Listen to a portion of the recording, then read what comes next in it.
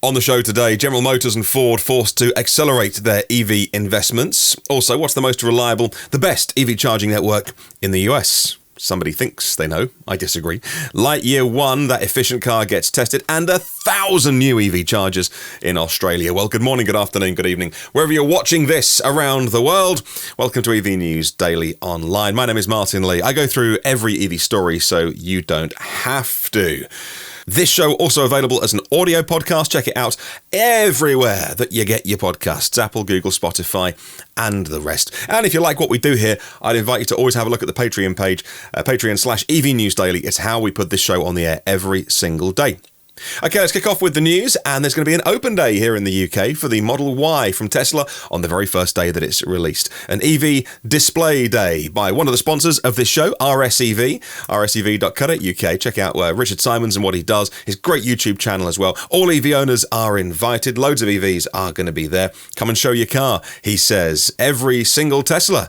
It's going to be a sexier day. That's right, there's going to be an original Roadster and the new Y. In fact, Richard's bought 2 of them, and he's going to let me take one of them on that Saturday to go and have a play with, because the Model Y would fit our family perfectly. My wife thinks it's going to be too big for her to drive, bearing in mind she's in her own Zoe at the minute. So Richard said, hey, take this one, have a drive of it with your wife, and let me know what she thinks. So it all starts at 10 a.m. at his New Milton showroom. From 8 o'clock in the morning, he's going to be collecting his new Model Y. I'll see you there, by the way. In the news today, General Motors, the earnings call late last night my time showed they have an operating profit of between $13 and $15 billion throughout the semiconductor shortage that's been marring vehicle production. Net income this year between 9.4 and 10.8 billion, in line with what they promised. I'll tell you why this is important to electric vehicles, because the likes of GM, the likes of Ford, are bankrolling their move to EV with their existing business. They're not doing it by loading up with debt and hoping that it pays off at some point in the future. Their combustion cars are literally writing the checks for their move to EV. We want these companies to be very profitable, because that's the model they're taking to go EV. No reinstatement of their dividend, by the way, but they are increasing their investments in EV through to 2025. They're bringing it forward. Mary Barra saying, we are pulling ahead significant investment into the 2022 to 2025 timeframe, and we'll share more details as we can further. They will announce a third plant to make the battery electric trucks in the future, and the location of a 4th facility for their battery cell joint venture with LG. I'll pop a link to CNBC in the show notes if you'd like to read more on that story. Taking a look at the shareholder deck, they say that since 2020, they've announced investments totaling more than $14 billion in 10 sites across North America to increase manufacturing capacity in the region to more than 1 million EVs by the end of 2025. Late last year, they opened the Factory Zero in Detroit and Hamtramck, their first plant dedicated to the Ultium products, including the GMC Hummer EV. They say they're converting a plant in the Orion Township in Michigan to EV truck production for a total of 600,000 trucks capacity, at least, in North America by the end of 2025. What about their Ultium Cells joint venture with LG? Well, they just announced their 3rd US cell plant. More than 110,000 Silverado EVs have been reserved so far. That's a pretty big number. 240 fleet operators, they say. FedEx, Merchants Fleet, Walmart, all adopting the electric vehicle by BrightDrop. That's their subsidiary making EV delivery vans. They have 25,000 production reservations for BrightDrop, they say. And customer interest in the Lyriq is now so strong, they will forego a new round of reservations and begin taking customer orders soon after the debut edition launches in March. That's the Lyriq launching months ahead than it was meant to. The Equinox will go on sale for less than $30,000 because of the efficiencies created by that Ultium platform, which was the name they originally just gave the cells, but they kind of expanded that branding to everything with the LG joint venture. I'll pop a link to their shareholder deck if you want to have a look, have a read in the show notes so you can find out more. And from GM to Ford. Ford will spend as much as $20 billion to reorganize its business for the electric future, according to Bloomberg, writes The Verge. They're also mulling whether to spin off their EV business or part of it as a SPAC, a SPAC, in order to attract investments. Ford has previously said they'd spend $30 billion on EVs by 2025. Who are they putting in charge of this reorganization of their whole business? Well, it's in safe hands, I reckon. The former Apple and Tesla exec Doug Field is going to be doing it and reorganizing and converting their facilities and factories from fossils to the future. Ford announcing recently they were doubling production of the F-150 and tripling production of the Mach-E made in Mexico. The expectation of reaching over 200,000 units a year by next year in 23. Of course, the e-Transit, as I reported on recently, goes on sale soon. Now, Doug Field, previously at Apple, where he was VP of Mac hardware engineering, left in 2013 to go be Tesla's chief vehicle engineer. He oversaw that troublesome ramp of the Model 3 all the way through to success. He's done the hard yards. He knows how difficult it can be. Went back to Apple, now he's at Ford. That is a really good piece of news. Now, what's the best EV charging network in the US? Well, significant differences in reliability and performance remain between providers, says this next article. A new engineering consulting firm called Umlaut have been testing the likes of Electrify America, ChargePoint, EVgo, Blink, EV Connect, Greenlots, and even Tesla's Supercharger included this year, I think for the first time in their study, their survey. So who was the best? Number one was Electrify America, reaching the highest score in the ranking. It was only followed by the Superchargers from Tesla and ChargePoint. That company was acquired by Accenture in October, by the way. According to a Reuters report, that'd be Umlaut, the people who did this study, not ChargePoint, who I just mentioned, for the avoidance of doubt. They looked at the technical performance of the chargers and the environment, like lighting, roofing, and nearby amenities, says this Reuters report. They also looked at the charging apps and how easy it was to charge. And in that case, you've got to disagree. Because if they're doing ease of use, the Tesla supercharging network wins hands down every single day. Now, they did use a Model 3 for this test and a Ford Mach-E 2021 model for their tests. How can it be any easier than turning up, plugging in, walking away, and knowing the charge is just working, which is indeed the luxury that Tesla owners have over all others. So there you go. That would be my number one network. Easily by a long way, until plug and charge is here with the other networks, in which case if third party, that sounds awful, other EVs get to the stage of going up to any charger, plugging in and walking away and it just bills you, then yeah, sure, we'll have that conversation. By the way, in the US, EV is still 2% of all new car sales. Always worth remembering. We talk about US. Over here, 19% last year plug-in vehicles, 30% on the month of December, but in Europe, over the year, it was 19%. So, and we've got so many more vehicles to choose from as well. Let's talk now the motors that go inside Volkswagen's MEB cars.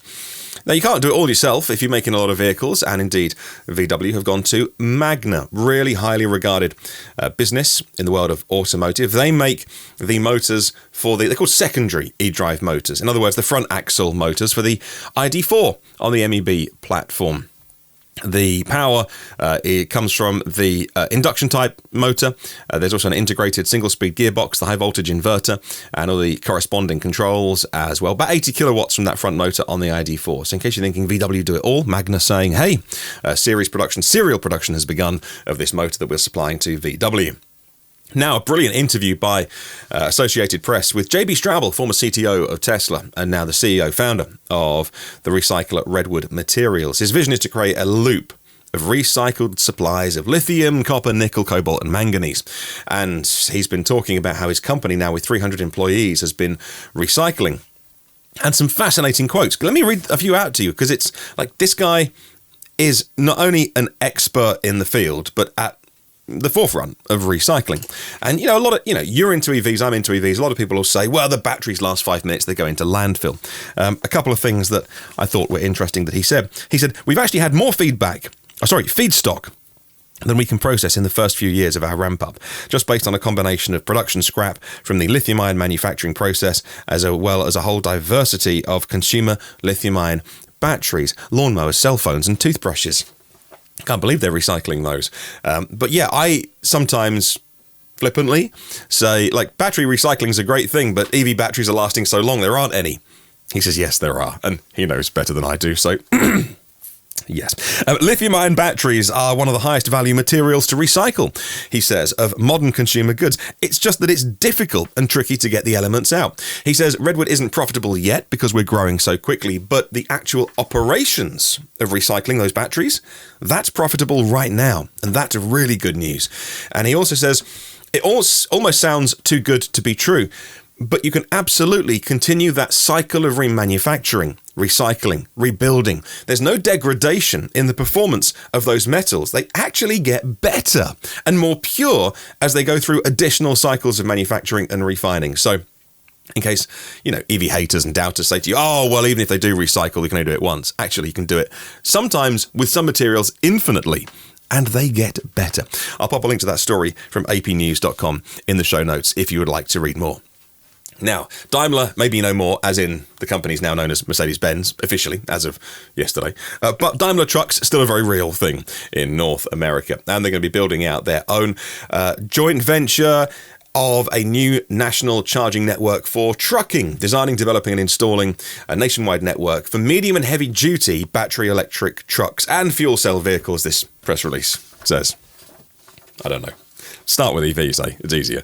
Operations of the joint venture begin this year. $650 million is going into it, and they want to deploy a network of charging station routes along the east and west coasts and in Texas by 2026, says this article from PV Magazine, USA.com. They'll focus initially on medium and heavy duty trucks and eventually have a look at hydrogen. I'm not sure they'll ever do that, I think they'll start with EVs and probably just stick with electric charging. But hey, building out a national network of hydrogen charging, yeah, that's not only difficult, but damned expensive. Daimler also make walk-in vans, school buses, and other fleet vehicles as well. A link to that story in the show notes if you would like to read more. Okay, stick around. Coming up on the podcast very soon, we're talking about new chargers in Australia, and from Renault, the Alpine sports car brand, going electric. Details coming soon. But first of all, let's talk about the Lightyear One, that very, very efficient car they've built with solar panels on the roof, based in the Netherlands. They recently did a new range test at 80.8 miles an hour. That's 130 kilometers an hour. And it did 248 miles on a single charge of its 60 kilowatt hour battery. That's 400 kilometers. Still very efficient, still 4.4 miles per kilowatt hour. Still cold outside, 10 degrees or 50 degrees Fahrenheit, but obviously it went a lot less far than when they did it at 50 miles an hour, about 85 kilometers an hour, when it did 440 miles. That's lucid air territory, but with a battery half the size. That's the key, right? Efficiency has got to be the key with batteries and EVs. That's the thing that a lot of car makers can have as a differentiator, how efficient their cars are. So, as we move from combustion to electric technology, it'll be interesting to see how car makers market their certain skills. Let's go down under right now. New South Wales is co-funding 1,000 EV charging stations. It's going to start this year. It's a 4-year plan. 35 million Aussie dollars to fund up to 50% of the capital cost of those businesses to put in DC fast chargers and ultra fast chargers on key travel routes. Construction starts this year and it will go on for 4 years. A link to the Guardian newspaper if you'd like to read more about that. Now, next, we know battery swapping is very popular in China, and now it could be in India soon. The government are actually introducing a battery swapping policy that'll boost sales of EVs, they say. The Finance Minister, Nirmala Sitharaman, saying yesterday, considering the constraint of space in urban areas for setting up charging stations at scale, a battery swapping policy will be brought out and interoperability standards formulated. That's really interesting. So it happens a lot in China. You've got big battery swap networks. NIO have got 800. They want to be 1,300 by the end of the year. Geely announcing one, CATL, and more, obviously. Interoperability as a standard. If you haven't started battery swapping, and in India, the government's saying, okay, right, from the start, we'll have a standard. Everyone adheres to it. That sounds like a good plan if you get it right from the start. Next, we'll go to France and Renault's Alpine sports car brand, making its all-electric GTX. They're going to make it in France at Dieppe, starts in 2025. It's going to be based on the same platform as the Renault Megane E-Tech and the Nissan Ariya. It's their new CMF EV platform. By the middle of the decade, they're going to have 3 all-electric sports cars succeeding their current combustion models, even a small city car as well, based on the CMF BEV platform. That'll be under the Renault 5 and the new Nissan Micra as well. I'll pop a link to elecDrive in the show notes so you can read more. If you thought that it was getting better for the car makers, there are still so many challenges making EVs. Take in China, the president and the founder of the startup WM Motor, the CEO Freeman Shen, telling CNBC that production costs are increasing. There's still challenges. He gave some examples, like one chip manufacturer in Malaysia had production problems. They didn't deliver to Bosch in China, so Bosch couldn't go to WM Motor with them. Within China, even after the COVID cases emerged in Nanjing, one of their battery cell suppliers had to stop deliveries. In the last few months, similar disruptions affected two of the company's suppliers in the Shangyu district, with related restrictions on the port. That stopped deliveries of three of their suppliers. A link to CNBC, who did the interview, but if you're interested in some of the struggles that are still going on, we are far from out of the woods. Now, in the UK, John Malone, who the Telegraph newspaper call the cable cowboy, haven't heard that phrase before, has forged a new venture offering EV drivers charge points and ongoing support for £30 a month. The venture is being launched in the UK through the investment arm of Liberty Global. It's called Egg. They'll also sell you solar panels and battery storage. I'd like to know what you get for that £30. I'd like to get them on the podcast, actually, and interview them to see. So for my £360 a year that I'm subscribing, what am I going to get? I don't know if I need any help at the moment charging my car. I mean, I've got a charger in my driveway behind me. I plug my car in. I'm not sure I need too much help with that. I'm sure they have a good value proposition for your 30 quid a month. Let's get them on and find out more details. And we'll finish off with this, one of the silliest stories that I report on semi-occasionally. These schemes are happening around the world right now. Michigan has finalised a contract to build the country's first wireless charging road system in Detroit, the state announced yesterday. According to Fox2Detroit.com, the Michigan Department of Transportation awarded the project to Electrian. They're a company that will build a 1 mile stretch of road, literally dig up the whole highway for an entire mile and make a road that is capable of charging battery-powered cars and trucks. The governor, Gretchen Whitmer, said, "As we aim to lead the future of mobility and electrification by boosting EV production and lowering consumer costs, the wireless in-road charging system is the next piece of the puzzle for sustainability." Blah-de-blah-de-blah-de-blah-de-blah. Buzzwords. Look, these schemes have been around for so many years, and it just means, I guess politicians get wowed by a presentation and go with it. The idea of charging your car while you're driving is the most stupid ever. Take your car to the charger. Don't take the charger to the car. That means you've got to dig up all of the roads and put charging into them and then remake the roads. And all of the cars that we're all driving already then have to be retrofitted with a device that can then charge from the road. And this trial is a mile long and it's going to be open to the public and anyone can use it.